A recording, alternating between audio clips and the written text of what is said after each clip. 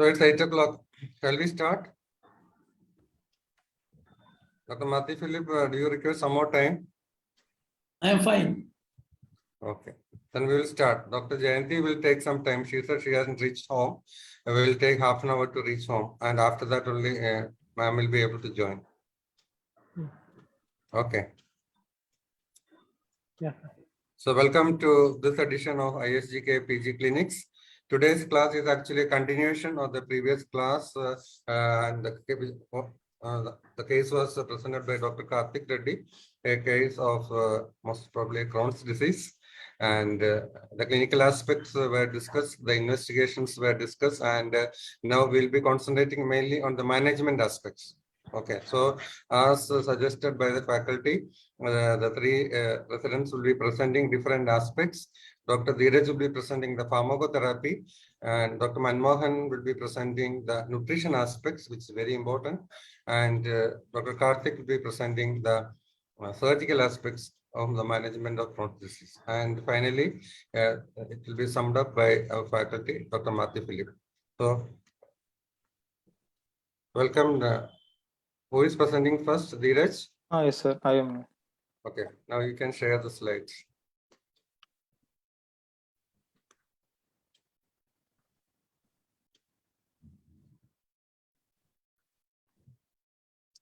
Are my slides visible, sir? Yeah. Good evening, everyone. Today we'll be discussing about pharmacotherapy in Crohn's disease. So it will be covered under these headings. Before the pharmacotherapy, we need to understand few definitions of disease activity. Crohn's disease activity index. So this is a set of 8 variables based on which each variable will be assigned a weighing factor, and based on the patient symptoms, the CDAI score will be calculated. The variables include stool frequency, abdominal pain, general well-being, extraintestinal disease, use of opiate for diarrhea, abdominal mass, hematocrit value, and percentage of body weight below the standard weight. So in this, the only lab value required is hematocrit value. So the active disease. Patients with CDAI greater than 220 is considered as active disease. Remission, CDAI less than 150 is considered as remission. And response to therapy, decrease in CDAI activity greater than 100 points is considered as a response. Relapse, the term relapse is used to define a flare of symptoms in a patient with established remission, either spontaneously after medical or medical treatment. Relapse should be preferably confirmed by laboratory parameters, imaging, endoscopy, in clinical practice. So a CDAI greater than 150 with an increase of more than 100 points has been suggested to define relapse. Arbitrarily, it has been set that a relevant period is less than 3 months after achieving the clinical remission. Infrequent relapse is less than or equal to 1 relapse per year. Frequent relapse is greater than or equal to 2 per year. Steroid use. So, steroid refractory. Patients who have active disease despite prednisolone of 1 mg per kg per day for a period minimum of 4 weeks. Steroid dependent, that is patients who are unable to reduce the steroids below the equivalent of prednisolone 10 mg per day or budesonide below 3 mg per day within 3 months of starting steroids, or who have relapsed within 3 months of stopping steroids. These are all called steroid dependent. So mildly active localized ileocecal CD, the recommended therapy is budesonide 9 mg daily. Then it is though it is inferior to conventional steroids, but it has a fewer side effects compared to systemic steroids. 50 to 60% of patients with mild ileocecal CD attain a remission at 8 weeks on budesonide therapy. Moderately active localized ileocecal CD. For moderately active Crohn's disease, either budesonide or prednisolone are appropriate initial induction therapies.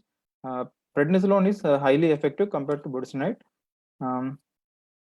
Then an anti-TNF based strategy should be used as an alternative for patients who are steroid refractory or intolerant. In patients refractory to steroids and or anti-TNF, vedolizumab is an appropriate alternative. Though vedolizumab has proven to be more effective in ulcerative colitis cases than in Crohn's disease. For some patients who have infrequently relapsing disease, restarting steroids with an immunomodulator may be appropriate. Cases of severely active localized ileocecal Crohn's disease. The initial treatment of severe ileal Crohn's disease still includes prednisolone or intravenous hydrocortisone. Anti-TNF therapy, which include infliximab, adalimumab, certolizumab pegol, is still best reserved for patients not responding to initial therapy and for whom surgery is considered inappropriate. However, therapeutic strategy for an individual should be a joint decision between patient, physician, and surgeon between the surgery and anti-TNF therapy.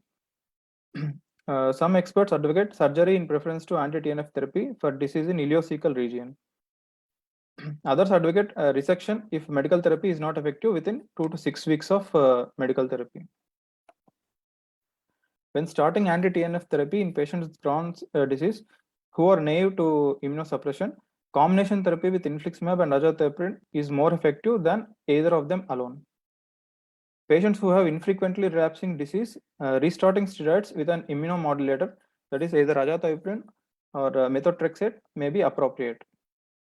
In patients refractory to steroids and or anti-TNF, vedolizumab is an appropriate alternative. So, moderately to severely active Crohn's disease, first remission. First, we have to start with the oral corticosteroids.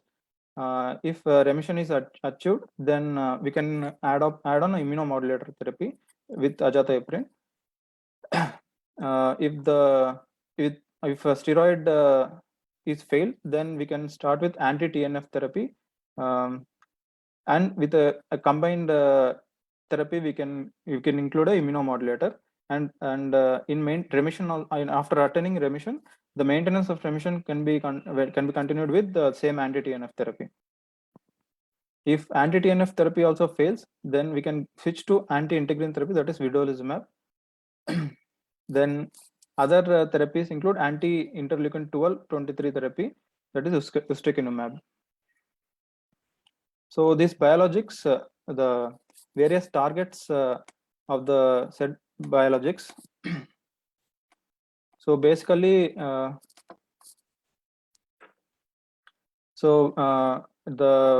gut epithelium barrier will be disrupted. Then antigen presenting cells will be presenting the T cells.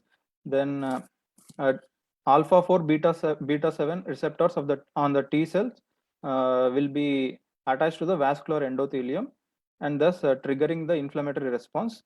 It will be the macrophages will be activated and TNF alpha will be released, thus further cascading the immune trafficking towards the intestines. So in biologic therapy, various target sites are identified. The major sites include over the T cell, the alpha 4 and beta 7 integrin, that is vedolizumab, and alpha 4 antagonist, that is natalizumab, and interleukin 23 P40 subunit antagonist, that is ustekinumab. We'll be mainly discussing on the TNF alpha antagonist, infliximab and adalimumab, and vedolizumab, that is anti-integrins. So why these biological agents will be preferred over the conventional immunomodulators is they have selective suppression of the immune system, that is gut selective. So then various monoclonal antibodies, these are the chimeric antibodies include infliximab, and fully humanized antibodies include golimumab and adalimumab, whereas pegylated monoclonal antibodies include certolizumab. whereas humanized antibodies include natalizumab and vedolizumab. So, use of infliximab in induction of remission in Crohn's disease. Patients with moderate to severe Crohn's disease who are resistant to treatment with the steroids.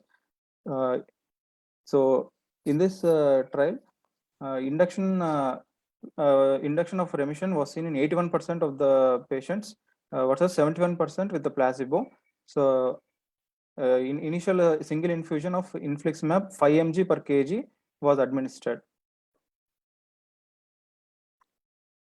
So for in accent 1 trial, so total number of study population is 335. So there is at a week 30, we have seen 39% of the population have maintained the significant clinical remission compared to 25% with the placebo.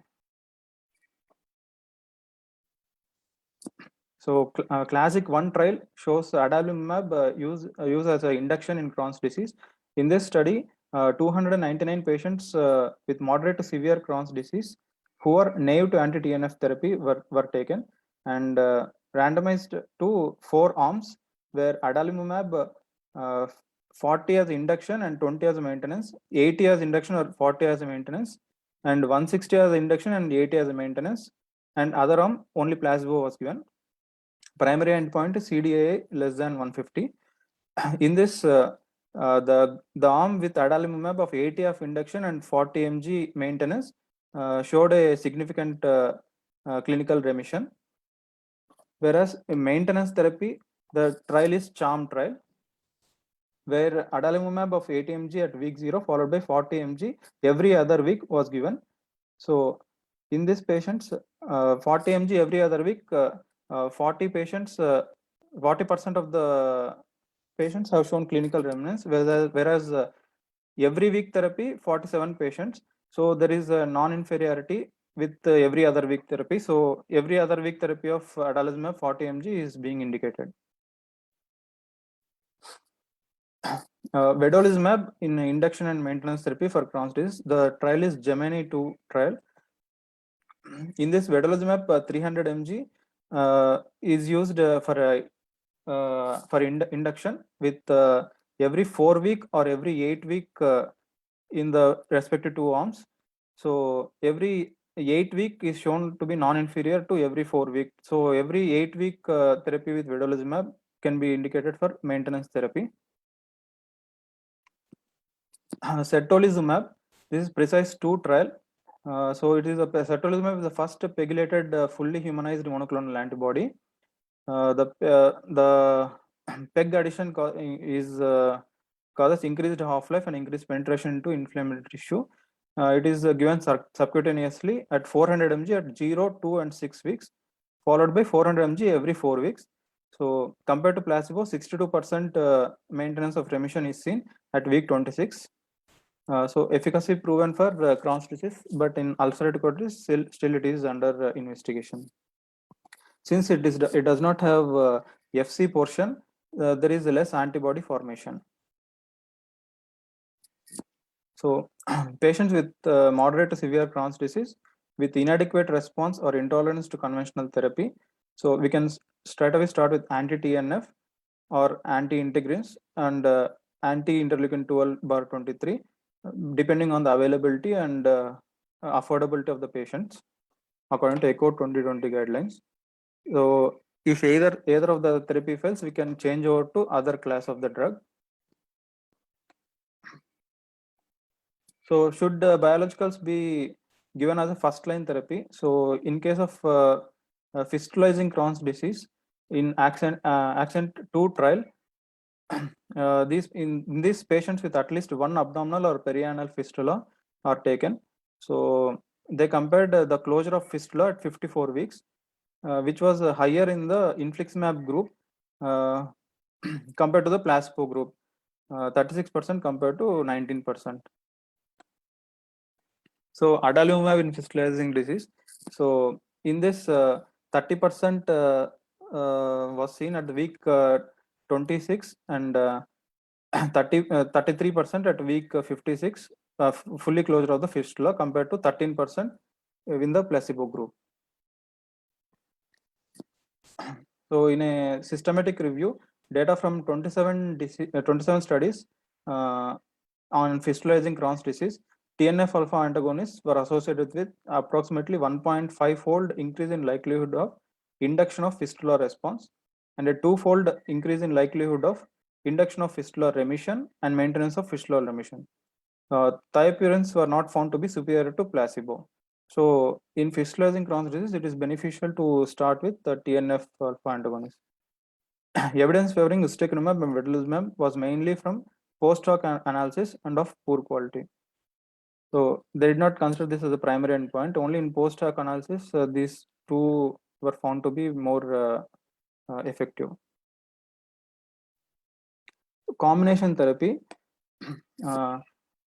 both the monoclonal antibodies along with immunomodulator therapy is considered to be more effective in SONIC trial, where infliximab with azathioprine has proven to be more beneficial than infliximab and azathioprine monotherapy alone.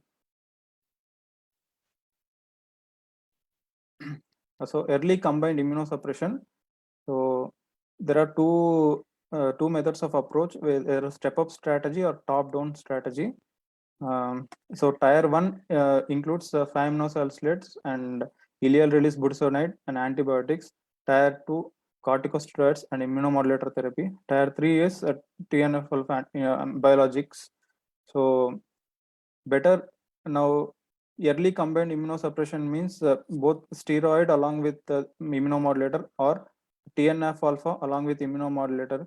These things will be preferred now rather than slowly escalating the approach, because prolonged use of steroids is prone for infections and bone marrow suppression and other systemic side effects.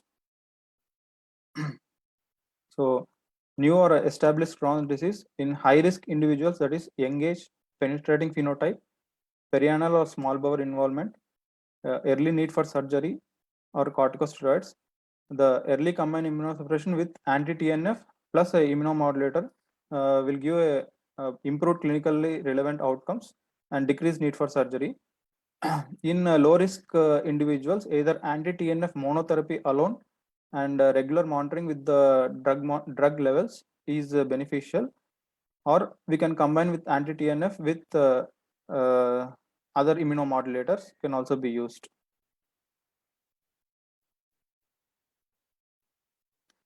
So choice of anti-TNF for induction of remission in Crohn's disease. Infliximab with azathioprine combination therapy is found to be better than infliximab alone, whereas adalimumab monotherapy can be given without azathioprine combined. But this trial is a very small trial called a diamond study. So study population is very less. So when to stop these biologics? So there is no hard and fast evidence to the benefits of withdrawing or continuing biologic agents in patients with a stable long-term remission due to lack of controlled studies. Decision should be individualized and discussed with the patient, carefully considering the risk of relapse, disease progression, and development of complications, and the risks of potential side effects. The long-term management of patients in remission is therefore an important research gap. So main problems with biologic agents is cost, where 3 doses of infliximab cost 3 lakhs and adalimumab is 80,000. Availability is an issue, and there is a need for hospitalization for infliximab, vedolizumab, and ustekinumab. The ADRs with biologics, most common adverse effects is infusion reactions, the bacterial and fungal infections, which include reactivation of TB, aspergillosis, histoplasmosis, cryptococcosis, candidiasis, pneumocystosis, and development of solid cancers, lymphomas and leukemias, demyelinating disease, and there should be a use with caution with pre-existing SLE. This should not be used with patients with pre-existing malignant disease or grade 3 heart failure. So the combination therapy with in biologics prone to cause 3 times more infections than steroid with immunosuppressants alone. So infections is a major thing to be kept in mind. Compared to natalizumab, vedolizumab has a good safety profile in IBD. So because there are no cases of PMLE, that is progressive multifocal leukoencephalopathy, have been reported in vedolizumab till date. So vedolizumab is not associated with increased risk of serious or opportunistic infections, and the rate of malignancy is also low compared to other biologics. Infusion-related reactions, enteric infections, and autoimmune events occur infrequently with vedolizumab treatment. So pre-treatment checklist with biologics.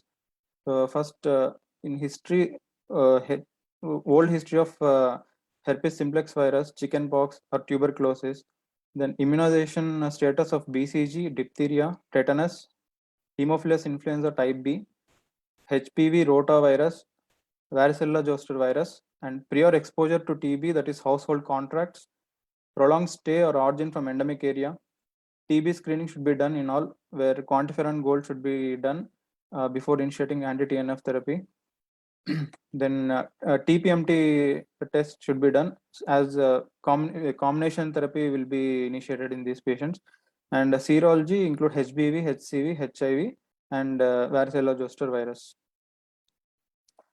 So how the therapeutic drug monitoring works? So these monoclonal antibodies are prone to develop anti-drug antibodies. So the test results can be there won't be any antibodies, or there are subtherapeutic drug levels with no or low anti-drug antibodies, whether there will be no drug or no antibodies, and subtherapeutic drug levels with high antibodies, anti-drug antibodies. So suspected loss of response. First, we have to assess for inflammation markers with CRP, fecal calprotectin, and endoscopy. So then drug levels with antibody assay should be done. Where if there is low drug or absent drug with high ADA levels, then better to switch therapy within the class or out of the class, so that antibodies will be different, and optimize the immunomodulator dose with the azathioprine. Whether if the drug is absent or low ADA, then it is immune-mediated pharmacokinetic failure. In this dose intensification, the dose can be increased and optimize the immunomodulator dose. If the drug level is absent and no ADA, check for adherence, and then dose intensification, because this is a non-immune mediated, as there is no anti-drug antibody level. If therapeutic drugs are maintained, then it is a pharmacodynamic failure. So we can betterly switch the class, switch therapy. Ideally, out of the class therapy is indicated. So summary, biologicals are useful agents in treatment with IBD refractory to conventional therapy. Infliximab is considered as first choice in fistulizing CD. Concept of treat to target or treat the mucosa is important. Infliximab and adalimumab biosimilars are available in India. Combinations of infliximab plus azathioprine works better than both in UC and CD. Early combination therapy and top-down strategy is effective, particularly in Crohn's disease. Decision on stopping biological should be individualized. Therapeutic drug monitoring constitutes an integral part of the therapy. Neeraj, I think you have covered everything on pharmacotherapy. It was very good, but we will have some discussion at the end. There may be questions also. Yes, sir. And when we are asked about pharmacotherapy of IBD, especially Crohn's or ulcerative colitis, I think the approach should be that drugs used in achieving remission, and then second is a group of drugs which actually maintaining for remission, and third is actually managing complications like fistulizing disease. That is the cornerstone. And then you have covered everything, but I know classification will be like that. And another is you should also know that what are the real indications of biologics. In a country like India, you should know that there are this particular patient requires biological therapy. That is also very important, especially for fistulizing disease. And also switching out therapy also we have told very well.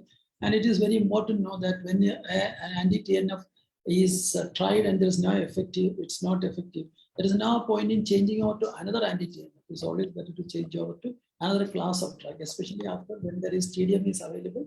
And that is very important that TDM, that facility is being used, because especially in patients with infliximab, now we have got facilities to do anti-inflammatory antibodies as well as infliximab levels. Adalimumab, which is not freely available, but maybe when it is available, that will also help. And azacitidine also, people are trying to do a TDM, so that will also help to find out the optimal dosage. And regarding TPMT, I'm sure other faculty also can comment on that. Unfortunately, our results are not very good in India with the TPMT, so we should actually switch over to newer genetic testing, which I'm sure you will be discussing in the next aspect. But these are the areas which I think is very important. And also pre-screening modalities before starting a patient on biologics. That is very, very crucial and very important, because unfortunately tuberculosis is quite rampant in our country, and we are having a combination situation here. One end we have got Crohn's disease, and another we have got tuberculosis also, and we are actually giving a disease. We are giving a drug which can actually make a tuberculosis become very common. They can have a superinfection with the tuberculosis. So in those situations, I think the initial screening is excellent. So instead of chest X-ray, I would rather say even the Indian society also actually, the Chronic Colitis Foundation of India also recommends that you do a screening chest CT in that situation, because that will tell us whether there is any evidence of tuberculosis. But on patients already you have screened and finalized, and then you follow up this patient. In those situations, probably chest X-ray will be fine. But all early signs of development of an infection is quite important. And also, when you initially diagnose, as I told, the screening, you should also do whatever be the benefit of Mandor test, but you should do a Mandor test. You should also do a IGRA test. You should also do a chest, always look for, ask for a family list of tuberculosis. All this, and even from the tissue, you take a mycobacterium tuberculosis from the tissue gene expert, and also AFP culture. But I agree that the results or the yield of these tests may not be very high, especially the tissue AFP culture and TB-PCR. But these are all need to be done to make sure that you are not actually. Then also in histopathology, also we should also look at whether the histopathology favors a tuberculosis or because you must be knowing about that criteria, especially Napoleon's criteria. And I think these are all very important areas. And so everything has to be looked in before you start a biologics. And biologics is an expensive drug. And we need to be make sure that now when we start them, it is very, very essential. And also when you talked about Crohn's disease activity index, we should also know that in children, this disease activity index is slightly different. We actually use a pediatric Crohn's disease activity index, and that is the calculation is different also. So you should not apply everything in same CDA in children also. It's actually different. So with that, I think we should, and also differential diagnosis of IBD also is very important. That especially in children, it becomes very important. And monitoring of therapy, clinical as well as biochemical, and especially when you want to make sure that the response is adequate. You should also know about certain terminology like deep remission, histological remission, treat to target. All these definitions should be very clearly understood, because this should be useful in your practice as well as in examination also. This is very important, because IBD is a very big field now, even in India. I'm sure that every exam, Professor Varghese Thomas will be able to answer that. In every exam, there will be at least one case of IBD. Is Varghese Thomas, am I right? Yeah. Either mostly Crohn's disease or ulcerative colitis will be there. Or in some aspect in Viva or in theory, somewhere some question will be there. So IBD is a very important topic. That is a very important. So we should be thorough about everything, every aspect, not only clinical but also on investigations, even including histology, and finally on management. And management, I think you have classified the management very well. That is actually pharmacotherapy, and second is nutrition, and third is surgery. That's very important, because nutrition plays a very important role. And I think we'll go for the next talk, and finally we'll have question and answer at the end. The next topic is nutritional therapy, and that will be done by Dr. Manmohan. And I also request Dr. Banu and Dr. Geeta, two eminent pediatric gastroenterologists who have logged in, to be with us and give your comments at the end of the session, because there will be some difference between the management of adult Crohn's and pediatric Crohn's, as rightly said by Dr. Matthew Philip. So please be online and please give us your comments at the end. Now, Dr. Manmohan, please. Uh, Good evening, everyone. Am I audible? Yeah. My topic of discussion is nutrition in inflammatory bowel disease. This last slides will be first I'll tell about the introduction, then guidelines of nutrition in IBD, then nutrition therapy mainly as general measures, then during active phase or exacerbation, then the remission phase, and in conclusion. Predominantly, it's more important in Crohn's and less and some part will be covered with ulcerative colitis. Just an introduction slide. Inflammatory bowel disease constitutes a chronic condition. Their course will be have exacerbation or remission. Malnutrition can occur in ulcerative colitis and Crohn's, but it is very significant and a bigger problem in Crohn's disease. So severity of malnutrition in IBD is influenced by activity of the disease, duration of the disease, extent of the disease, extent of involvement of the disease, and particularly to the magnitude of the inflammatory response. Then in Crohn's disease, it remains at risk even when the patient is during the quiescent phase. Whereas in ulcerative colitis, the nutrition aspect will be affected more in an active phase. Next slide. So guidelines on nutrition in IBD, generally I have taken from this guideline, the majority thing. So first one will be the diet in the diet and nutrition factors in IBD from the World Journal of Gastroenterology. Then it is ECOG guidelines, then ESPN, then the diet and inflammatory bowel disease in the Asian Working Group guidelines. This is predominantly from the Indian subcontinent, from the Asia, predominantly for the Indian subcontinent. Next slide. Just a few slides. Nutritional factors in the etiology of the IBD. It is found that from various studies, such as Sutomo et al., they demonstrated a negative effect of sweet and artificial sweeteners in the risk of developing both ulcerative colitis and Crohn's.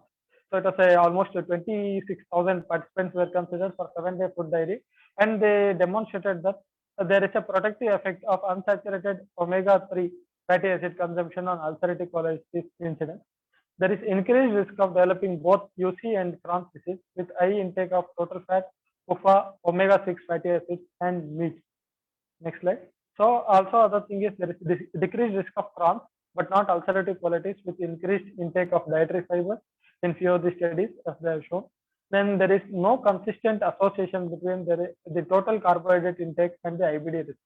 In one of the significant study in EPIC study, that is the epidemiologic, the prospective study in cancer study, they found that docosahexaenoic acid intake, that is highly unsaturated omega-3 fatty acids, had an inverse association with development of Crohn's disease, and also vitamin D was similarly inverse association with ulcerative colitis, and it was not significant in Crohn's disease risk. They also found that breastfeeding is protective in preventing in inflammatory bowel disease. Next slide. So what about vitamins and minerals? Deficiency is common phenomenon in patients with IBD. The various studies which showed the same thing, Reef et al., they pointed towards the protective effect of diets such as fluids, magnesium, and vitamin C in IBD. On the other hand, they found that retinol-rich products may facilitate IBD development. Then also in Razal et al. Study, they focused particularly beneficial effect of consuming citrus fruits. Next slide. I'll be telling each in detail in the guidelines aspect. So the key nutrients, what are the key nutrients in the diet of IBD patients? When recommending a given diet to a IBD patient, emphasis should be placed on adequate calorie supply as well as the supplements such as iron, calcium, vitamin D, B12, folic acid, zinc. Each one I'll be dealt in little detail in further slides. Energy. In general, energy requirement of IBD patient is similar to the healthy population, except in the active phase. So calcium. Patients with IBD are at risk of developing osteoporosis. So adequate dietary calcium supply will be almost 1000 to 1500 milligram per day. In vitamin B groups, problems with cyanocobalamin absorption due to either resection of the distal portion of the intestine in cases of Crohn's disease has been seen. Then vitamin B12 preparation should be administered parenterally if needed in order to treat the deficiency. Next slide.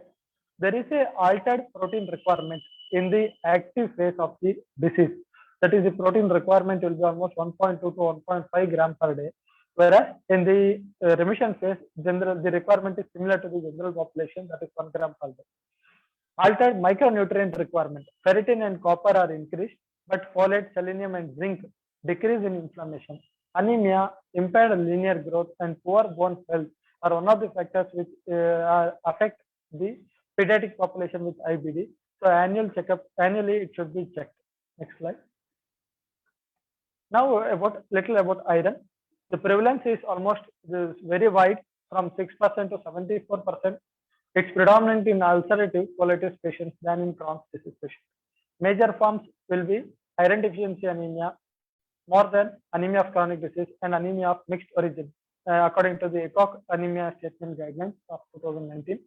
Then how to monitor? CBC, serum ferritin, and CRP should be repeated in the remission phase every 6 to 12 months, whereas in active phase, once in 3 to 6 months, this investigation to be repeated.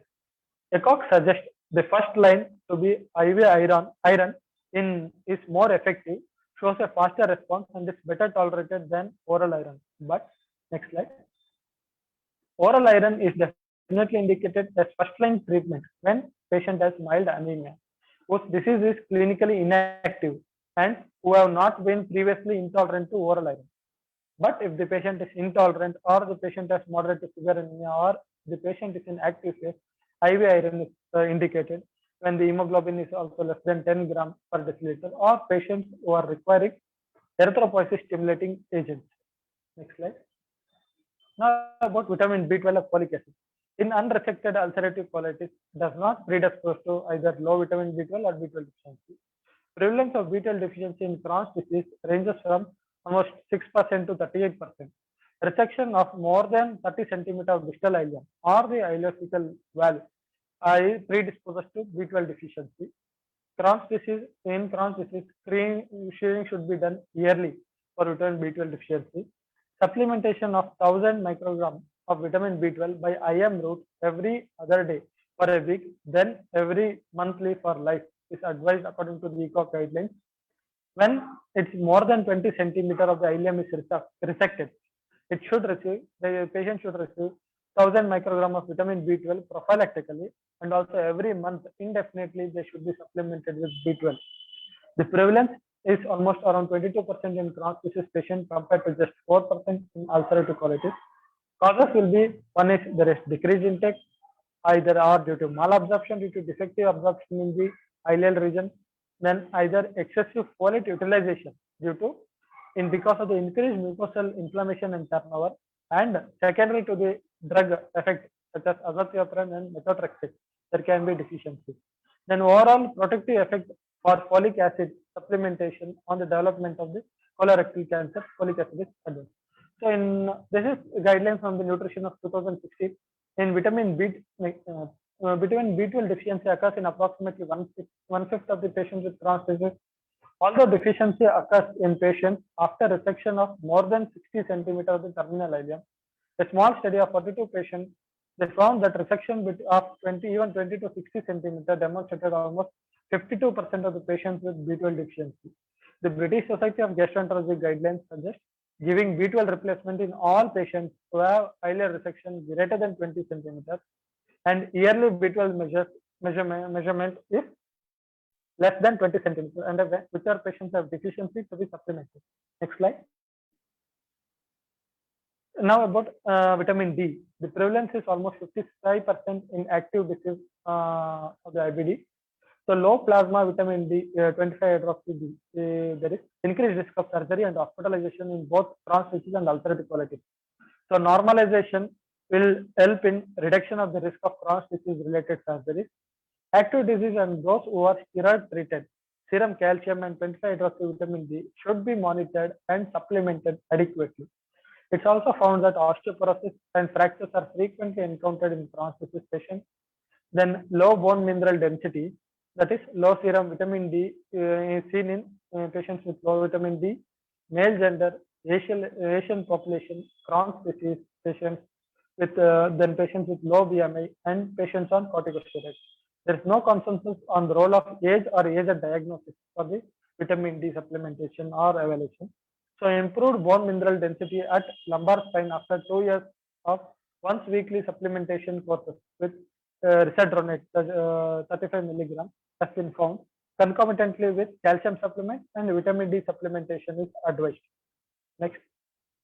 Inflammation is the main determinant of low bone mineral density in pediatric inflammatory bowel disease patients. So, and the other nutrients such as vitamin D stores can occur, there can be deficiency, though clinically the patient would not have manifested with vitamin A deficiency. So, vitamin A is stored entirely in liver. So, serum vitamin A is a poor marker of body reserves, thus making detection of deficiency difficult. Patients with primary sclerosing cholangitis are at risk of the deficiencies of vitamin A.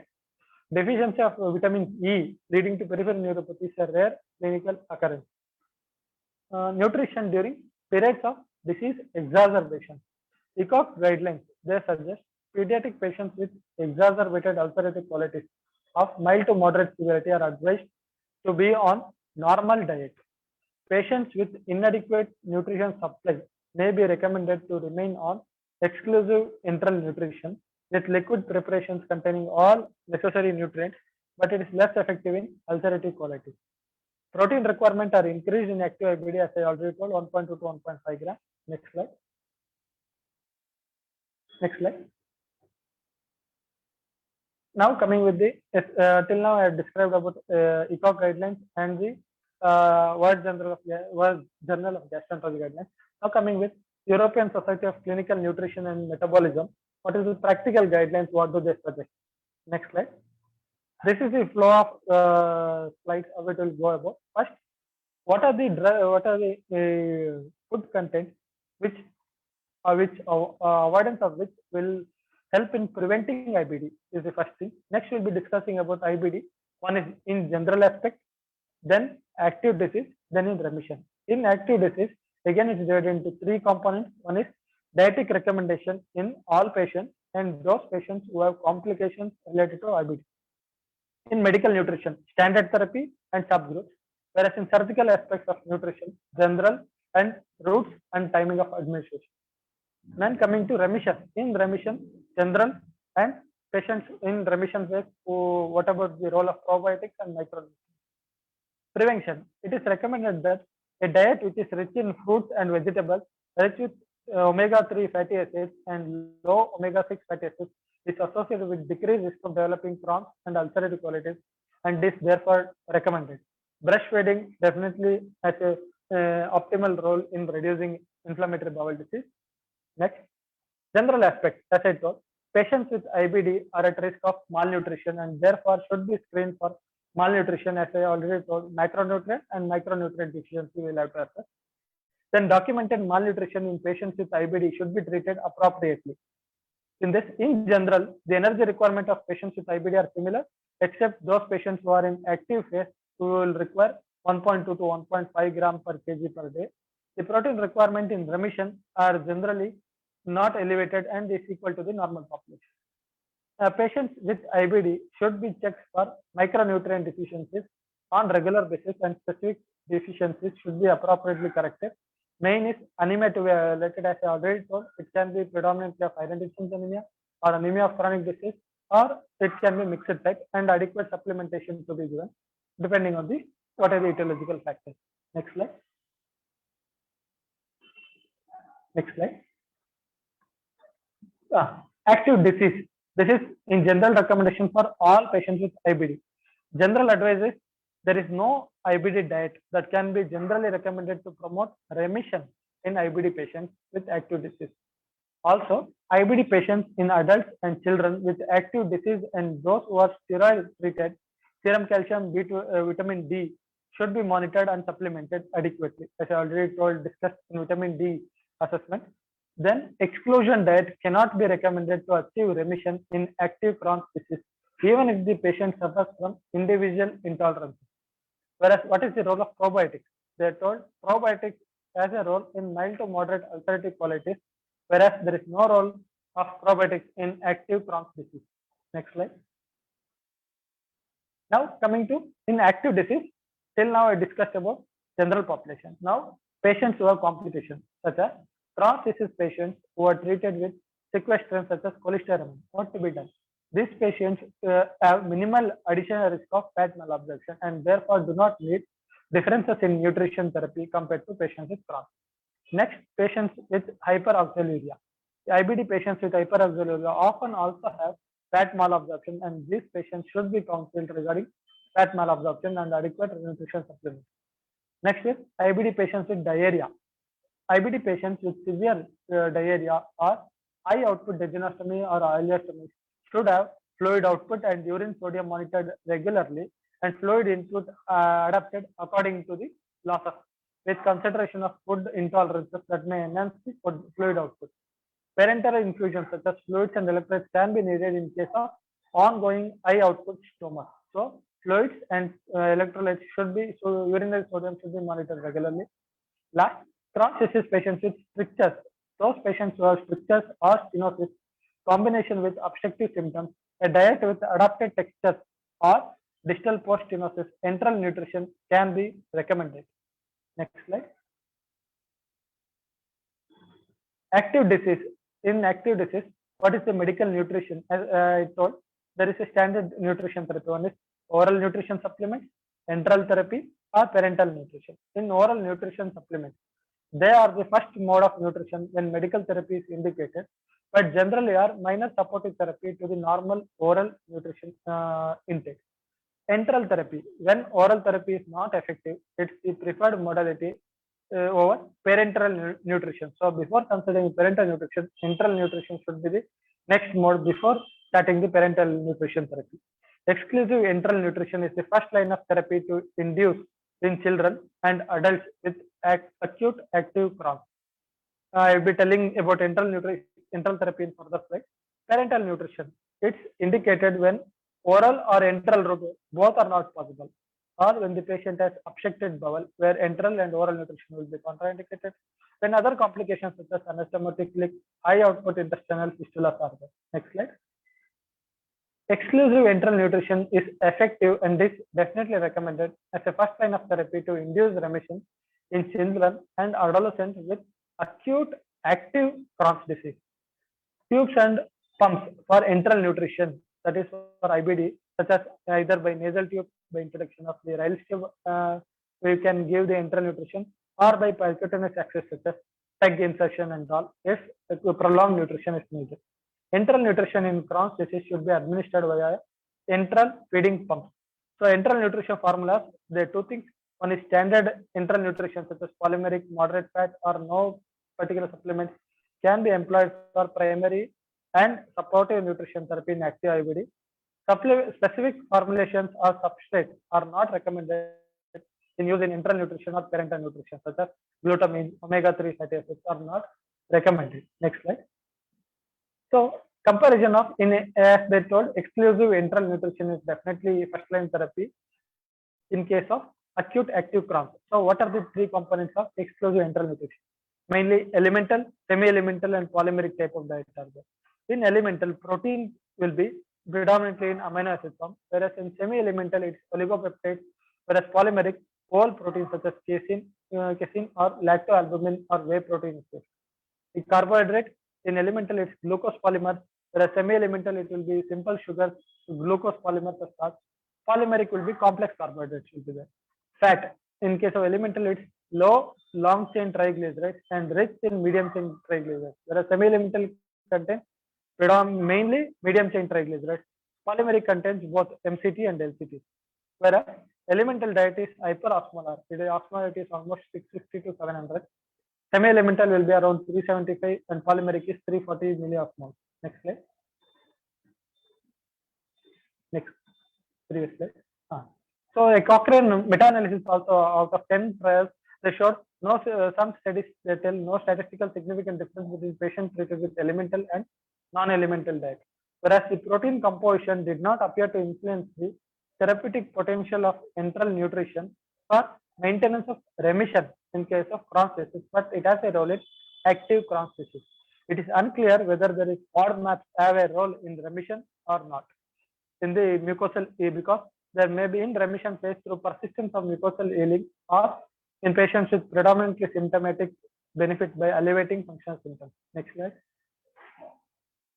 Active disease with medical nutrition in case of subgroups such as the patient. Till now we discussed about the or if the patient had complications. Now in those patients with subgroups such as patients who are dehydrated. In Crohn's disease patient, every effort should be made to avoid dehydration because they are prone for thromboembolism if the patient is dehydrated. Crohn's disease patient with fistula. Crohn's disease patient who have distal, that is low ileal or colonic fistula and low output, can usually receive all nutrition support via enteral route.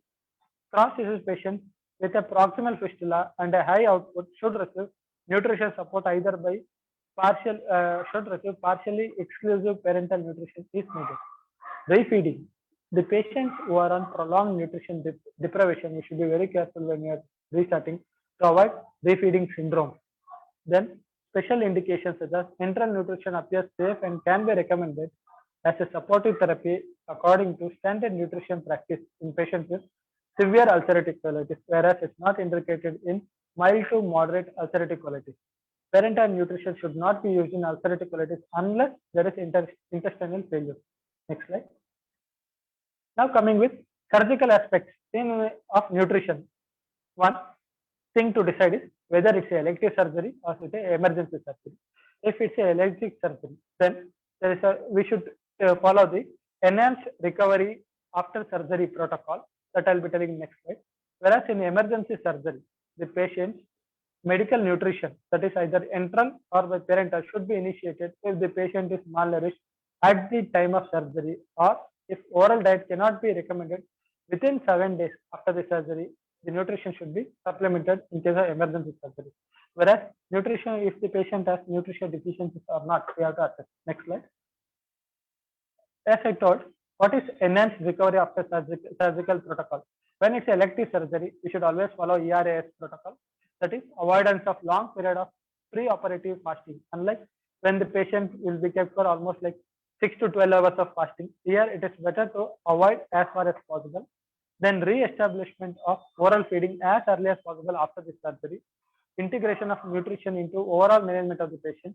Metabolic control, blood sugars should be regularly monitored and should be maintained at the optimal level. Reduction of the factors which are exacerbating stress related to catabolism and impaired GI function should be reduced. Then early mobilization to facilitate protein synthesis and muscle function is very important. This is the ERAS protocol. Next slide. If the patient, if you are thinking the patient has nutrition deficiencies, then three things. One is supplemental parenteral nutrition, total parenteral nutrition, or surgical patients with Crohn's disease. Supplemental parenteral nutrition, such as enteral nutrition, should always be preferred over the parenteral route, as I already told. But combination of enteral and parenteral should be considered in patients in whom indication for nutrition support, in whom more than 60% energy needs cannot be met via the enteral route, that is via the nasogastric feeding. Whereas totally, when the patient should be given total parenteral nutrition, total parenteral nutrition should be used as the only intervention if enteral nutrition is impossible, such as there is absence of access due to multiple reasons, if the patient has persistent vomiting, severe vomiting and diarrhea, or when enteral nutrition is contraindicated, such as I already told, intestinal obstruction, the patient who is having ileus, paralytic ileus, if the patient is in severe shock, or patient has intestinal ischemia where there can be worsening of situation with enteral nutrition, total parenteral nutrition is given. Surgical patients with Crohn's disease, surgical patients with in this nutrition support, because independent of the route of administration, it decreases the risk of post-operative complications. So supplementation is definitely needed. Next slide. In supplemental parenteral nutrition in perioperative period in IBD patients should be usually used as supplemental to enteral nutrition. So always enteral is better than parenteral. Then surgical patients with Crohn's disease. In Crohn's disease patients with prolonged GI failure, such as patients who underwent resection and has a shorter bowel, parenteral nutrition is mandatory and life-saving, at least in early stages of intestinal failure, till the situation where enteral nutrition can't be given. Next slide. Now coming to till now we discussed about active phase of the disease with various complications. Now coming with remission. What is the recommendation? All IBD patients in remission should undergo counseling by dietitian as part of the multidisciplinary approach. There is no specific diet during remission. This is one important thing we should keep in mind. Standard diet or oral nutrition supplements should be followed. Attention to nutritional screening and generic nutrition support is needed. If there is undernutrition persist despite the dietary counseling, then oral nutrition supplements along with the oral nutrition along with the normal diet or enteral nutrition is recommended. In obese IBD patients, it is advised to reduce weight in a phased manner, and the patient should not result in drastic weight reduction. It should be in a phased manner according to the guidelines for the reduction of obesity. What is not recommended? Supplementation with omega-3 fatty acids is not recommended in remission phase. There is non-specific high fiber diet is not normally recommended. Neither enteral or parenteral nutrition is recommended as a primary therapy in maintaining remission unless the patient is very malnourished. Next slide. What is the role of probiotics in remission? The role of probiotics in ulcerative colitis is probiotics is considered for the maintenance of remission in ulcerative colitis, whereas in pouch related complications. Colectomized patients with a pouch or pouchitis should be treated with probiotics such as VSL3, which is a combination of 8 probiotics which contains lactobacillus, then bifidobacterium combination. The probiotic mixture VSL3, that is as I told, can be used as a primary and secondary prevention for pouchitis in ulcerative colitis. Is there a role of probiotics in Crohn's disease? In Crohn's disease, it's not recommended for maintenance of remission in Crohn's disease, not in active phase. Next slide. Micronutrients. What is the role of micronutrients in only Crohn's disease patients? When more than 20 centimeter distal ileal resection is there, whether or not in combination with ileocecal valve surgery, vitamin B12 shall be administered to the patient, as I already told, depending on the length of removal, whether initial weekly therapy followed by monthly therapy, lifelong may be needed when resection of more than 20 centimeter terminal ileal system. In all IBD patients, what is the micronutrient? Selected IBD patients, those treated with sulfasalazine and methotrexate should be supplemented with vitamin B9 and folic acid. In IBD patients who are pregnant, iron status and folate levels should be monitored regularly and deficiencies should be supplemented. In IBD patients who are breastfeeding, nutrition status should be monitored regularly and in case of deficiency, it should be supplemented. Next slide. Nutrition during remission periods. Which are the diets? The diets which contain sulfur should be avoided in ulcerative colitis. Sulfur and its compounds have a negative effect according to various studies because of the effect on colonocytes, where it causes increase in the intestinal concentration of the hydrogen sulfide, which results in further inflammation and worsening of the ulcerative colitis. So sources of dietary sulfur include high protein products such as red meat, cheese, eggs, and nuts. Foods rich in inorganic sulfur compounds such as cruciferous vegetables and preserved products to be avoided. Next slide.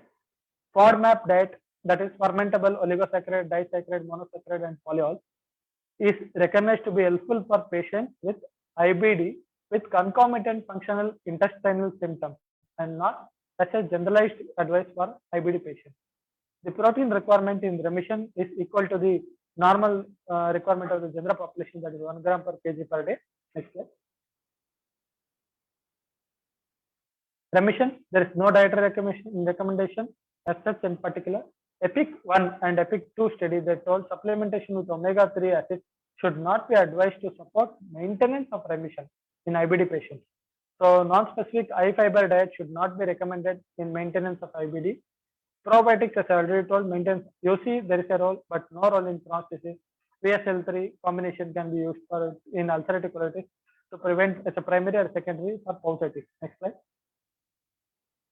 Now coming on to the Indian guidelines. This is from the Diet and Inflammatory Bowel Disease, the Asian Working Group guidelines of 2019, only which is not covered till now. I have just tried to tell. Otherwise, majority of these things are covered. Role of diet in pathogenesis of IBD. That tells that epidemiological studies indicate adoption of Western diet such as low fruits, vegetables with rich in fat, omega-6 fatty acids, red meat, and processed foods are one of the contributing factors for increasing incidence of IBD in developing countries such as India and the Asian countries. Vitamin D may have a protective role in the natural history of IBD.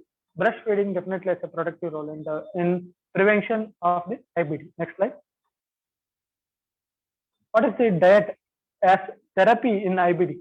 As I already told, exclusive enteral nutrition is effective as equal to steroids in inducing remission in children in pediatric age group with luminal Crohn's disease. So there's so much we discussed about exclusive enteral nutrition, which is almost equivalent to steroids in inducing remission. Exclusive enteral nutrition is effective in adult Crohn's disease also, but it is inferior to corticosteroids. It's grade B recommendation. There is no difference between elemental and polymeric formulas in terms of efficacy. Grade A recommendation. Partial enteral nutrition has been documented to be useful for maintenance of remission in luminal Crohn's disease along with pharmacotherapy. So more evidence is required before elimination diets such as the specific carbohydrate diet, Crohn's disease exclusion diets which suggest that exclusion of wheat products, milk products, and all was suggested. Is not recommended according to the guidelines. So some studies suggest. Then semi-vegetarian diet, anti-IBD diet, and low FODMAP diet. Still, various guidelines are needed, studies are needed to definitely suggest this diet to be advised.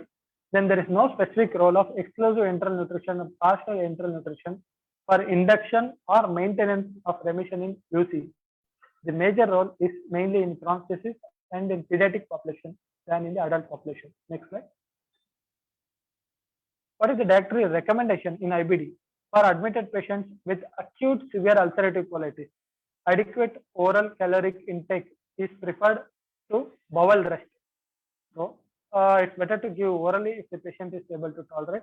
After stabilization of acute severe ulcerative colitis, the standard diet should be gradually introduced and oral nutrition supplements should not be a routine. So, normal diet, the patient should be resumed to normal diet. For active inflammatory Crohn's disease, oral diet with high protein is preferred to total parenteral nutrition. Once in remission, there is no need to diet modification or restrict particular diet. It's advised to take normal diet even in Crohn's disease in remission phase. No dietary item in particular is established to cause relapse of disease activity in patients with remission. Then milk should not be routinely restricted in all IBD patients unless there is definite proof that there is severe hypolactasia. That is grade A recommendation. A gluten-free diet is not a proven value in patients with IBD. A low-fat MAP may help in alleviating the patients who have inflammatory bowel syndrome like symptoms along with IBD. If they have, those patients can be benefited by low-fat MAPs. Next slide. Nutrition rehabilitation in IBD patients. Patients with IBD who have anemia should be evaluated particularly, as I told already. Proactive screening for osteopenia and treatment should be done. Patients should be screened for micronutrients, as already told. Except for patients with structurizing Crohn's disease, there is no evidence for recommending either low or a high fiber diet for patients with IBD. In structurizing Crohn's disease, a low fiber diet is advised because there can be worsening of the obstructive symptoms due to strictures in Crohn's disease. Patients with IBD should refrain from alcohol consumption and also smoking, as it can worsen the symptoms. Next slide. There is no scientific evidence to recommend probiotics as a food supplement. It can be used in ulcerative colitis, but it's not a supplement generally in case of ulcerative colitis. So nutrition status of the patient with IBD should be optimized prior to elective surgery. As I told, ERAS protocol should be followed. Next slide. Special situations such as surgery, osteoma, pregnancies, and lactation. Oral diet or enteral nutrition should be started as soon as the patient can be tolerating. In the post-op period, in post-operative period, if oral diet cannot be resumed within 7 days, at least enteral or parenteral nutrition should be initiated till that time. And patient should not be deprived of nutrition because it can be detrimental to the prognosis of the patient post-surgery. In Crohn's disease patient with fistulas, the type of diet depends on the location of the fistula. That is, oral feeds for distal, that is low ileal or colonic fistula, low output fistulas and partial or exclusive parental nutrition for proximal and high output fistulas. That's why exclusive parental nutrition is advised. In IBD, patients with pregnancy should be specifically evaluated for iron and folate deficiencies and should be adequately supplemented. Next slide. IBD with stomas. The patients who have high output stomas. Screening for Clostridium pouchitis in cases of IPAA, bile acid diarrhea, steatorrhea after distal ileal resection, colonic inflammation, lactase deficiency, and celiac disease is needed. So they should be screened for Clostridium and for features of pouchitis. Then early eye output, that is within 3 weeks from an ileostomy is common, so requires treatment in 51% of the patient versus 49% where conservatively they can be treated. 71% of the patients were treated with oral hypotonic fluid restriction, then glucose saline solutions and antidiarrheal medications to wean from parenteral infusion, and 8% had continued parenteral nutrition according to various studies. Next slide. Last slide. So in conclusion, what do you suggest? It should also be remembered that there is no single common diet which is suitable for all IBD patients. So it depends on what phase the patient is, whether the patient is in active phase or remission phase. Then whether the patient is a ulcerative colitis patient or Crohn's. And even in Crohn's, whether the patient has any complications such as dehydration, subgroups of patients, or the patients who have fistula, stricturizing disease. According to that, it should be monitored. Each of them is unique and dietary recommendation must be individualized depending on developed for each patient, depending on the course of the disease, then the past surgical procedure and type of pharmacotherapy. Malnutrition can occur both in UC and CD, but it's a greater problem in Crohn's disease and it should be avoided as far as possible. Oral nutrition is the first step for medical nutrition. So wherever possible, oral nutrition is first, followed by enteral nutrition. If not feasible, then only parental nutrition is advised. Next slide. These are my references. Thank you. Thank you, Manmohan. And that was very extensive, and I don't think that is that much is really required in discussion. But I think these are all very important areas you have covered. But when you are asked about nutrition in IBD, I think certain points you need to cover are, one is that whether this diet, the modification of diet as a therapeutic modality, and diet as a causative agent of IBD, and in diet, what type of diet is good as a treatment modality, and what is a supplemental diet, and what is specific nutrients, and especially diet to be avoided or exclusion diets. These are certain areas which you need to, and especially we know in patients with malnutrition, how do you replenish their nutrition? And patients with, especially a child with severe Crohn's disease, and in those patients, how do you manage their nutrition? What is the role of exclusive enteral nutrition? And what are the situations where you really need to do a parenteral nutrition? All these things are important. And I think we should concentrate on those areas and which are more practical. You have covered extensively. I think you have reviewed all the literature available, and it is very good. But I think when you are asked about nutrition role in an interview, I mean in a Viva and all, or in theory questions also, you have to be very specific about what you should ask. And I would suggest that you should read that article by IUIBD that has recommended a dietary, nutrition article, which I will give you the reference. And that article should be read, and that has covered extensively how the nutrition being managed in a patient with IBD. I think that article is quite important. Okay, we will have discussion at the end. We'll move on to the third aspect. Dr. Varghese, there's any time for the surgical aspect? Yeah, I think we'll continue with surgical aspect. We have some more time now. We have time up to 9:30. So let Dr. Karthik complete the surgery also. Okay, sir. So are you able to see my screen, sir? Yeah. So I am covering the surgical aspects in the Crohn's disease. Coming to the introduction, at least half of the patients with the Crohn's disease undergo one or more surgical procedures during their lifetime. And the ileocecal Crohn's disease carries a very high risk of surgery, like 90% of likelihood of the requiring surgery in the ileocecal involvement of the Crohn's disease. and what are the indications of the for the surgery in Crohn's disease patients? Small intestinal strictures with obstruction, bowel obstruction, and the concomitant abdominal abscess, perianal abscess with the complicated fistula, and the disease not responding to medical therapy, like Crohn's colitis, diffuse colitis, which is not responding to the medical therapy, we can opt for the surgery. And coming to the preoperative optimization, it's a very important whenever we are taking a patient for the surgery, we should optimize all these things.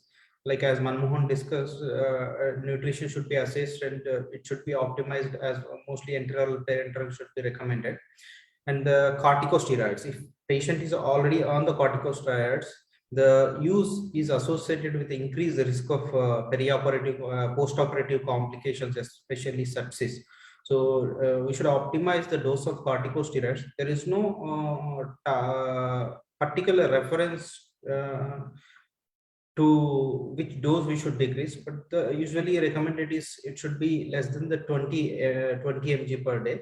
That's what recommended as the most of the trials included. And the anti-T, if patient is already anti-TNF therapy, the vedolizumab and stegamizumab, whatever it may be, it can be continued perioperatively with no increased risk of complications. And coming to the surgical management, a patient presented with intra-abdominal abscess. So the first way of approach of intra-abdominal abscess is the percutaneous image-guided drainage. Rather than opening or the laparoscopic surgery, percutaneous image-guided drainage is always recommended as the primary approach. And up to 30% of the patients may avoid surgery following the successful percutaneous drainage. And the elective surgery should be considered after the control of sepsis, and we should start an after the percutaneous drainage, we should start an adequate antibiotics as per the culture, and then control of sepsis, and then after the resolution of abscess, then we can electively do the surgery.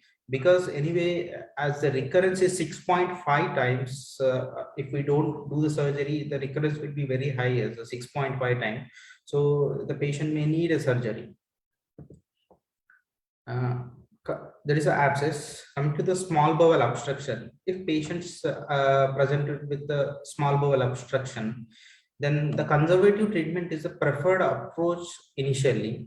Also direct, we should not attempt a surgery in those patients acute small bowel obstructions. First, we should decompress with the right shoe, and then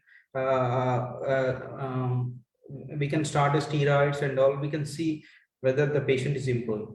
With acute small, if no bowel ischemia or peritonitis are there, we can try the conservative management initially. If any bowel ischemia or peritonitis, directly we can take for the surgery. And whenever clinical and radiological signs indicate the intestinal perforation, then emergency surgery and resection of the diseased bowel is required.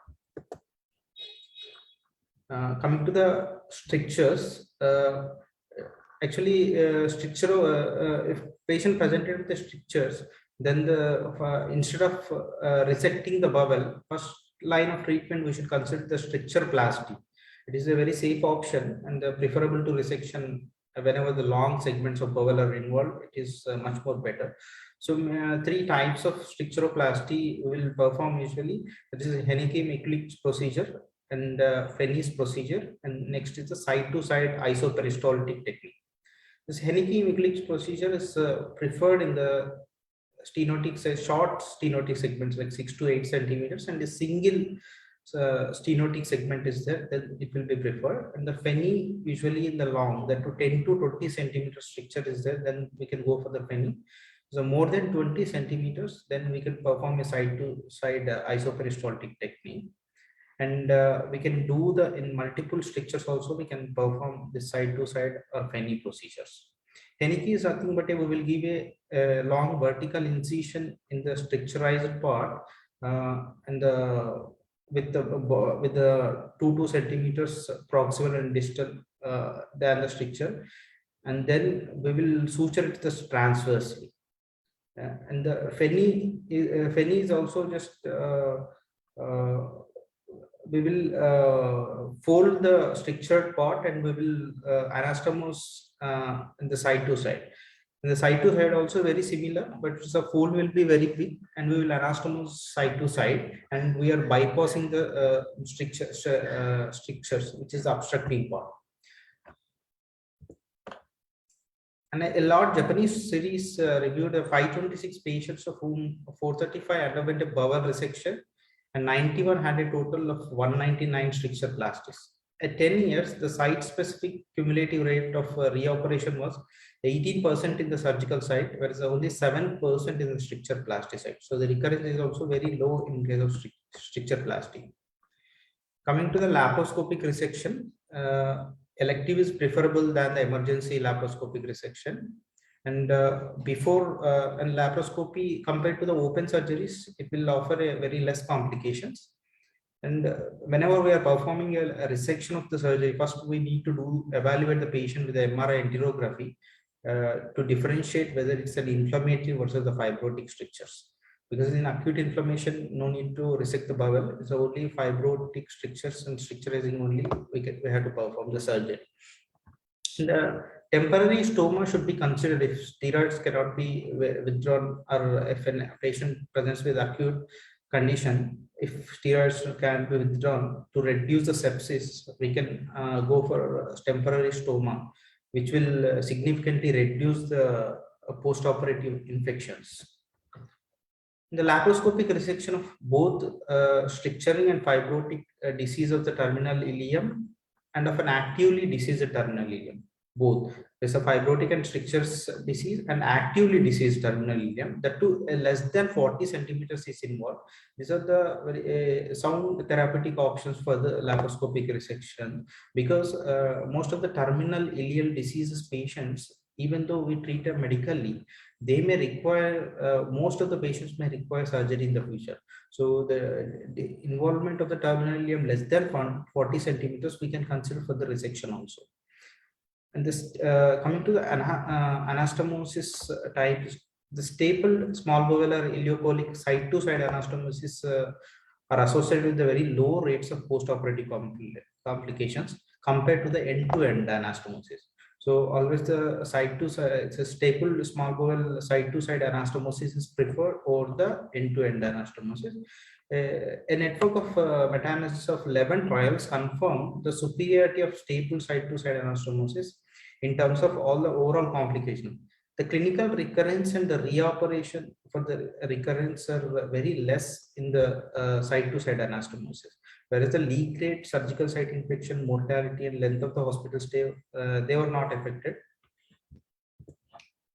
Coming to the colectomy, if the colon is involved, then if the diffuse colon is involved, or any segment of the colon is involved, if the segment of the colon is involved which is not resolving on the medical therapy, we can do the segmental colectomy. This is an appropriate for the patient with a single involved colonic segment.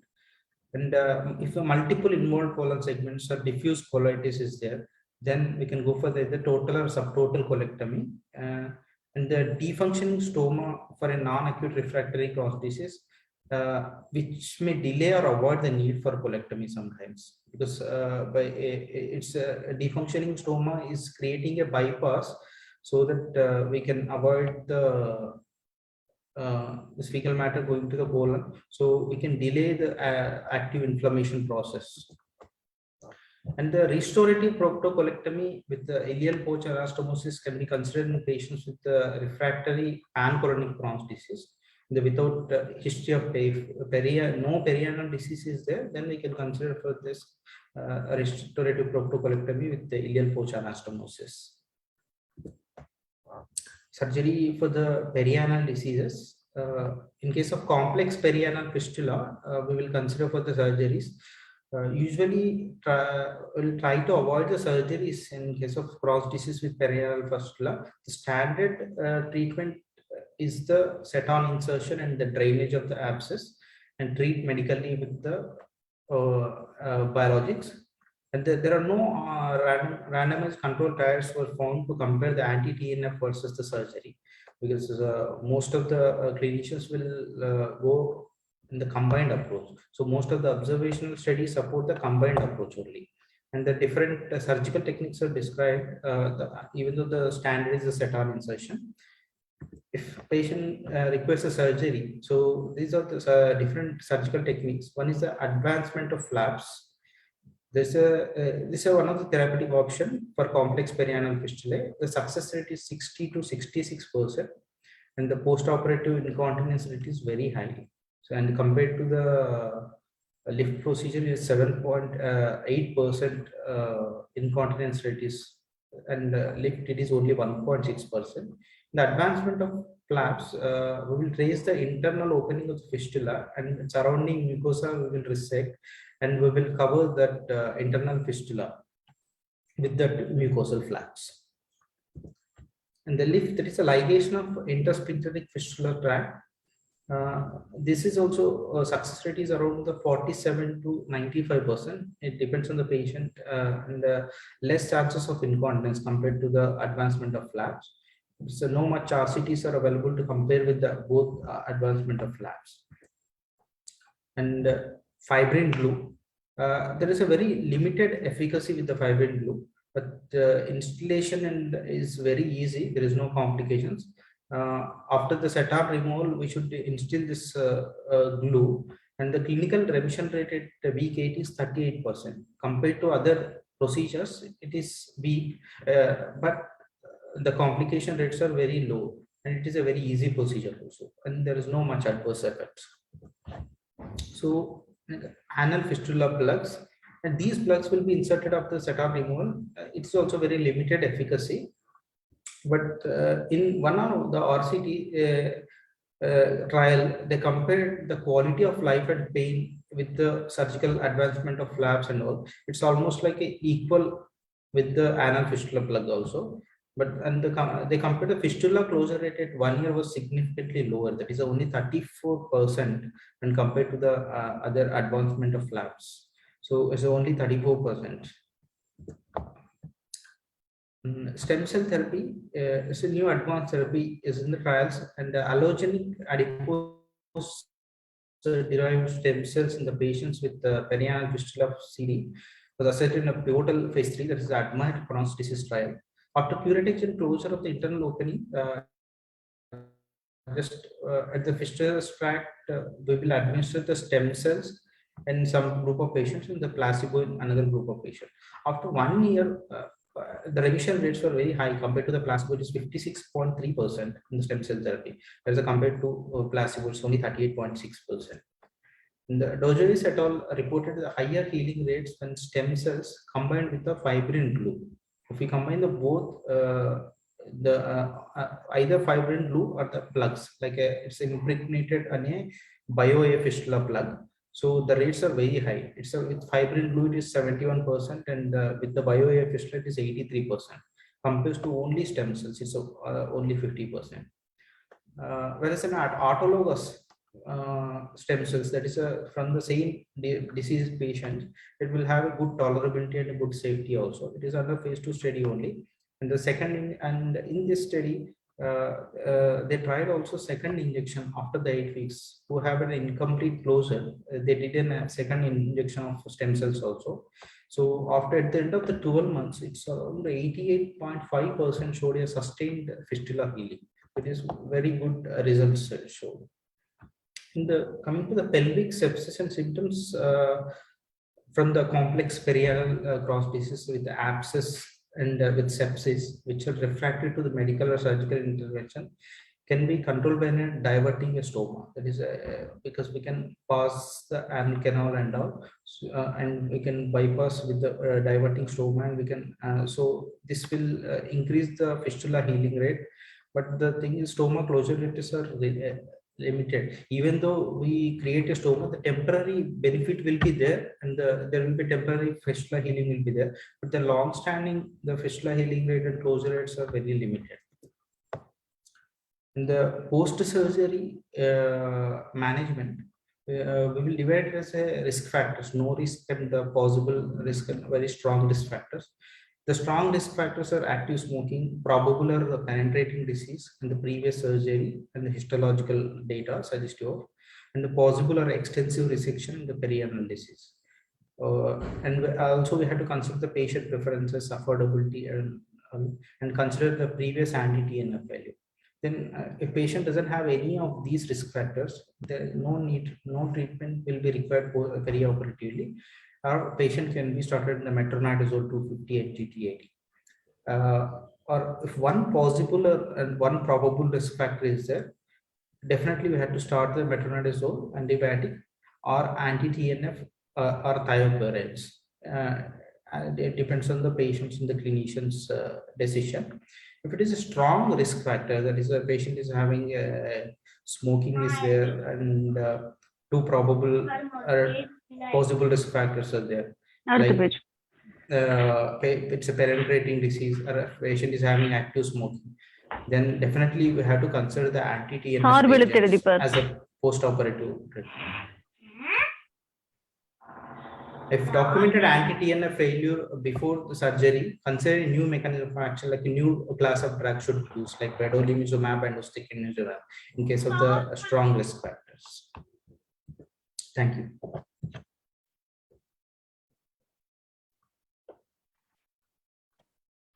Thank you. And it was a concise report on surgical management. I think, we need to know about the main steps of management, surgical aspects in patients with IBD. There are two questions. One is from Vivek. In clinical practice, in mild Crohn's disease, what about maintaining only on mesalamine? I think, we'll ask Dheeraj. Dheeraj, you always talked about what is the role of 5-ASA in Crohn's disease? Role of 5-ASA is only in colitis, sir. In small bowel Crohn's, 5-ASA's role is not that much, and the remission cannot be maintained with the 5-ASA alone, which is shown in studies. You are true. I think, the recommendation for 5-ASA in Crohn's disease is not that great. People do not recommend as a treatment modality at all. And unlike ulcerative colitis, 5-ASA is not being recommended for Crohn's disease for induction of therapy, and even not for maintenance. Though there are many people are using it, especially in Crohn's disease involving colon. Probably this could be used as maintenance. But as such, for Crohn's disease, 5-ASA as a primary modality of management is unlikely to be of long-term benefit. That is what is decided. I think, there are elegant faculty here who can actually answer on that. Madam Geeta, and who else is there? They can answer. Banu was there, is not now. Dr. Geeta, you are you Dr. Geeta, pediatric gastroenterologist?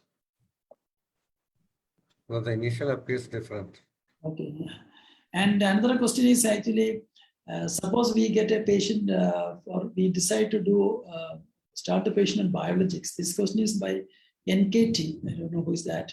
And how do we go about if patients are found to be IGRA positive or MANDO positive during the screening process of IBD, biological therapy?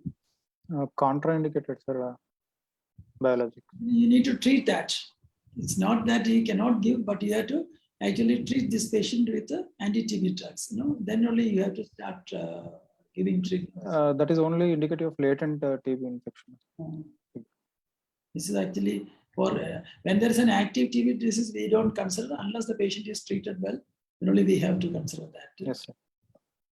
There are good guidelines by IGA, Indian Association regarding this. I think we can actually refer to that treatment.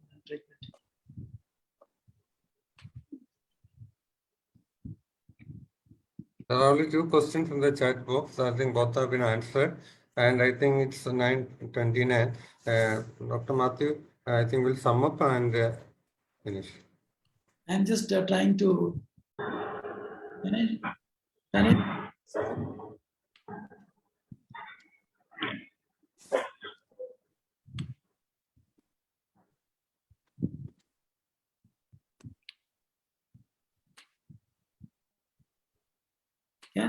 I what is?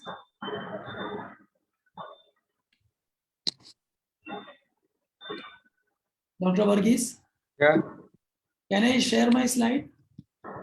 yeah, I think it's open, so please share. Karthik has stopped sharing, everyone has stopped sharing, so you can. I'm not able to. Okay.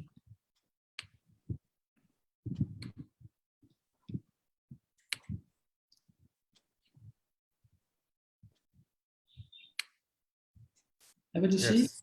Yeah, coming. No, there are only a couple of slides there.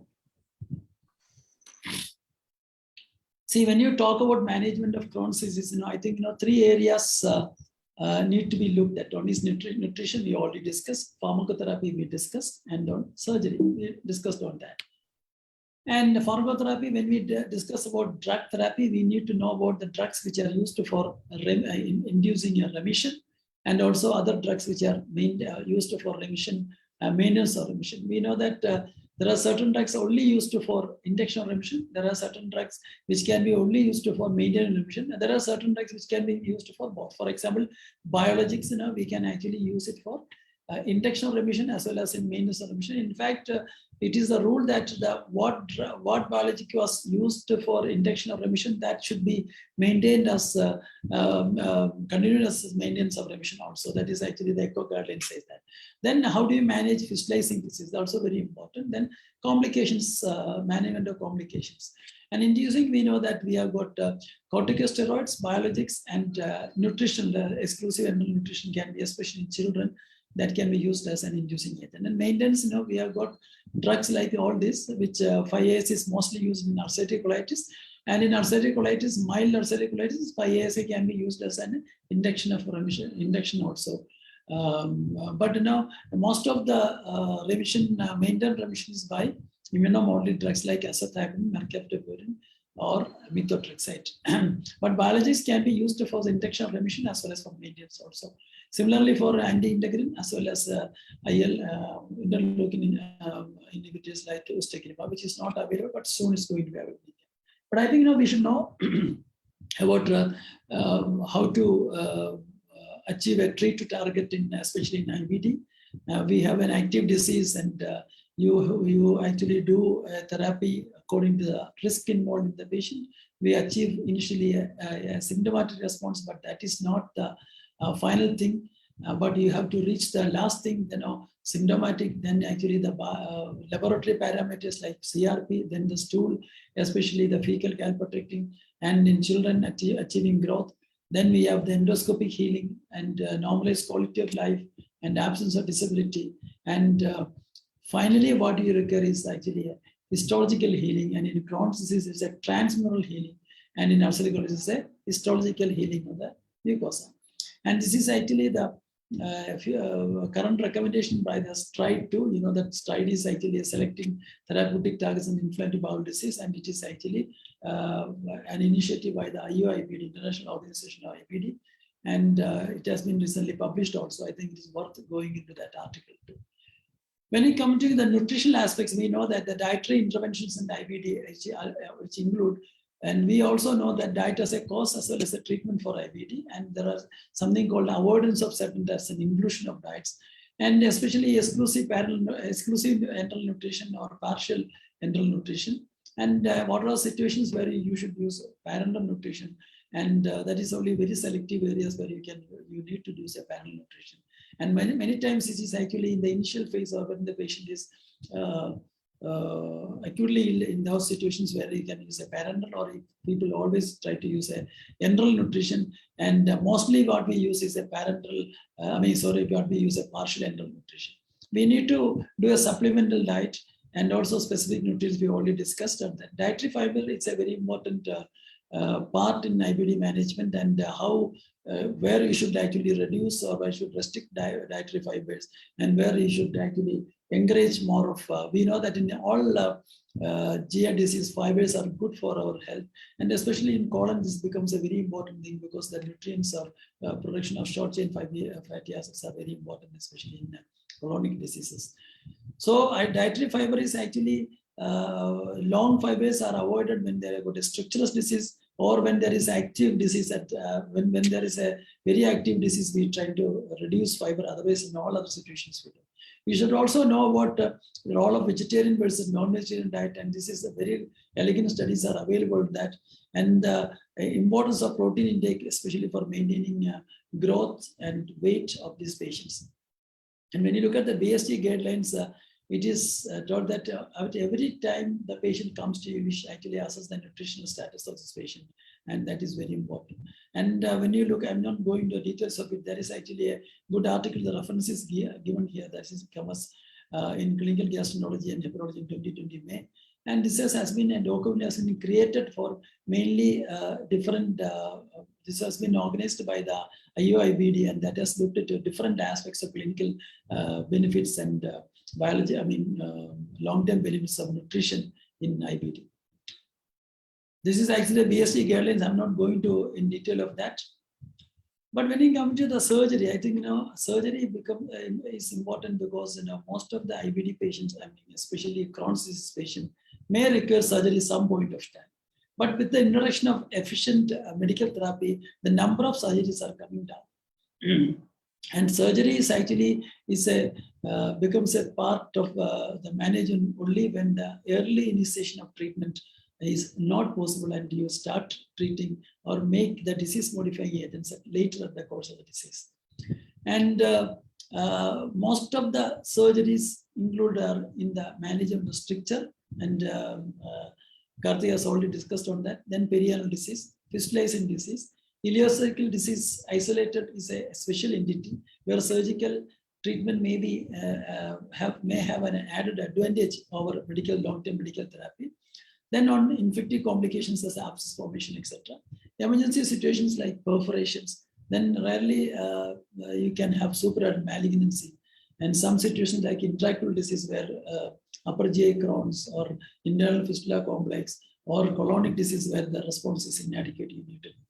But I think we should also look at certain other areas which we rarely look at. That is emotional care of these patients, and also in IBD management.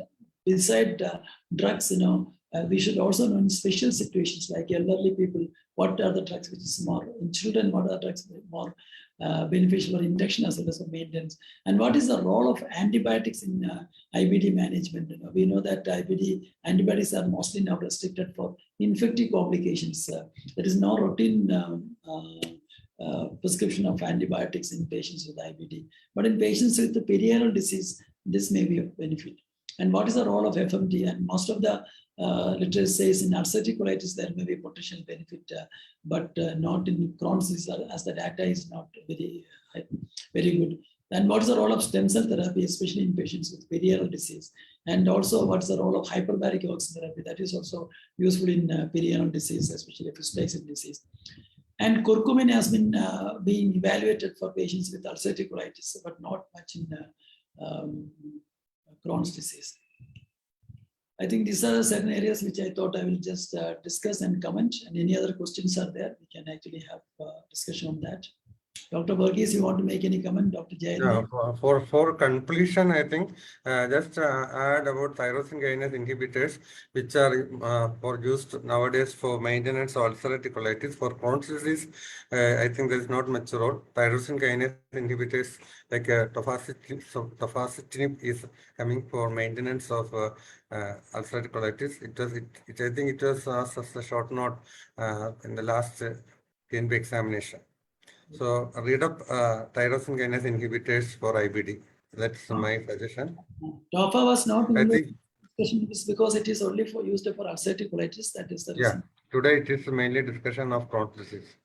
So I think it's time to wind up. Thank you, Dr. Matthew Philip, for agreeing to teach them for 2 sessions successively. And I think you have taken a lot of time out of your busy schedule. And I know I have troubled you again and again, but I'm sure our students will be extremely thankful to you for your efforts in training them. I also thank the presenters, Dr. Karthik, Dr. Manmohan, and Dr. Dheeraj for presenting the topics and for the initial case presentation and the discussion. I thank all of the faculty members and all all of the residents who have joined today for the discussion.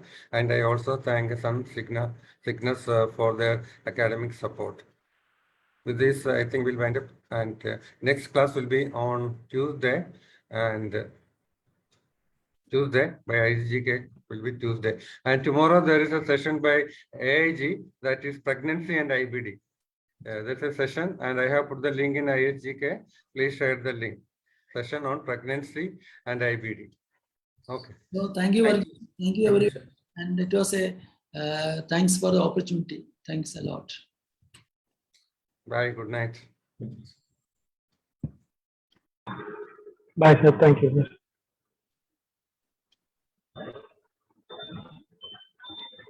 Dr. Manmohan, Yeah, sir. Dr. Dheeraj, there was a suggestion that when cases are presented from your side, some hint about the broad hint about the case may be given in advance so that the people coming from this side can prepare and come rather than coming totally unprepared and making a bad show. It will be always better for the presenter as well as for the discussant to prepare and come, and then it will be a good show. And people will also benefit. Otherwise, people will sorry about their presentation and they may slowly be reluctant to come up for the presentation. Okay. So that is my suggestion, and I also talked to Jayanti ma, and she's also agreeable. It's not the entire details up to the last thing, but broader hints so that they will prepare the case. Okay. Yes, sir. Thank you. Okay. Thank you. Thank you. Good night. Thank you, sir. Good night.